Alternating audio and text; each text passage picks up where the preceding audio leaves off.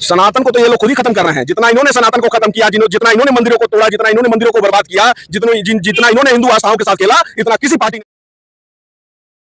माता को राष्ट्रमाता घोषित करने की बात को लेकर पूरी तरीके से देश में चल रहे गौ हत्या के विरोध में एक यात्रा शुरू कर रहे हैं। हम आपको बता दें कि गोरखपुर में तमाम लोग जो हैं उनके समर्थन में आए हैं, लेकिन इसी बीच गोरखपुर में जन समर्पण पार्टी के राष्ट्रीय अध्यक्ष अभिषेक चंद हैं इस आंदोलन में शामिल होने आए हैं। क्या कुछ कहना चाहेंगे? सबसे पहले आप सभी पत्रकार बंधुओं को नमस्कार करते हैं, प्रणाम करते हैं। जय गौ माता, जय श्री राम।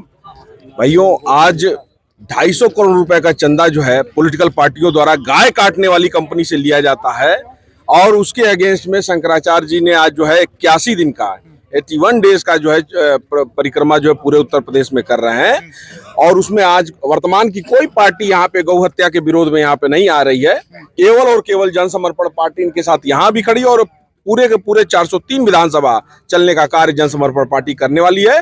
गौ हत्या रोकने के लिए, गौ हत्या को बंद कराने के लिए, बूचड़खानों को बंद कराने के लिए, चाहे जो करना पड़े हम लोग करने वाले हैं, और हम सभी लोग शंकराचार्य जी के साथ हैं। अच्छा, यूपी में क्या लगता है, सरकार तो लगातार गौ हत्या रोकने का प्रयास कर रही है। लगातार जो मुख्यमंत्री योगी आदित्यनाथ ने उनका कहना है कि गौ हत्या पर रोक लगाई गई है, पहले के मुकाबले तमाम बूचड़खाने बंद कर दिए गए हैं, गौ हत्या पर रोक लगा दी गई है। अरे कुछ नहीं किया गया है, यूपी सरकार द्वारा कुछ नहीं किया गया है। यूपी सरकार द्वारा जितना गौ हत्या को बढ़ावा दिया गया है, आज के दिन में कोई वर्तमान किसी स्टेट में इतनी गौ हत्या नहीं हो रही है जितना कि उत्तर प्रदेश में हो रही है। उत्तर प्रदेश में बाकी 27 राज्यों का रिकॉर्ड तोड़ दिया है, और अकेले दम पे भारत को जो है दूसरे नंबर पे गौ निर्यातक बना दिया है। आज के दिन में ये लोग बाहर से गए थे हलाला का सर्टिफिकेट लेने के लिए। हलाला का सर्टिफिकेट क्यों जरूरी है? यहाँ से गौ निर्यात करने के लिए कि वहां भी जो है यहाँ का गौ मांस वहां बिक सके। अरे लानत है इसी सरकार पे, और लानत है इसे गौ भक्तों पे। मैं सीधे बोलना चाहता हूं कि वर्तमान की सरकार गौ हत्या के विरोध में है और हिंदू राष्ट्र के विरोध में है। गौ हत्या के विरोध में, लेकिन जब मुख्यमंत्री योगी आदित्यनाथ बतौर सांसद हुआ करते थे तब भी गौ हत्या के लिए लगातार लड़ाई लड़ते थे, और सरकार में हम बतौर मुख्यमंत्री हैं तो वो लगातार 2020 में एक कानून बन के आया था उत्तर प्रदेश में, आपको पता होगा, जिसमें गौ हत्या के लिए 3 वर्ष से 5 वर्ष की सजा और लाखों रुपए का जुर्माना है। तो फिर गौ हत्या के विरोध में अगर सरकार है, आप कह रहे हैं गौ हत्या है सबसे ज्यादा। अरे मेरे भाई, वो सारी फाइलें बंद हो गई हैं, वो सारी फाइलें बंद हो चुकी हैं। अब एक नई फाइल खुल गई है कि गौ हत्या से इनकम होती है। इनको लगता है कि गौ हत्या से देश चलाएंगे, गौ हत्या के जो पैसे जो मिल रहे हैं गौ हत्या से, इनसे ये देश चलाएंगे, इससे सिस्टम चलाएंगे।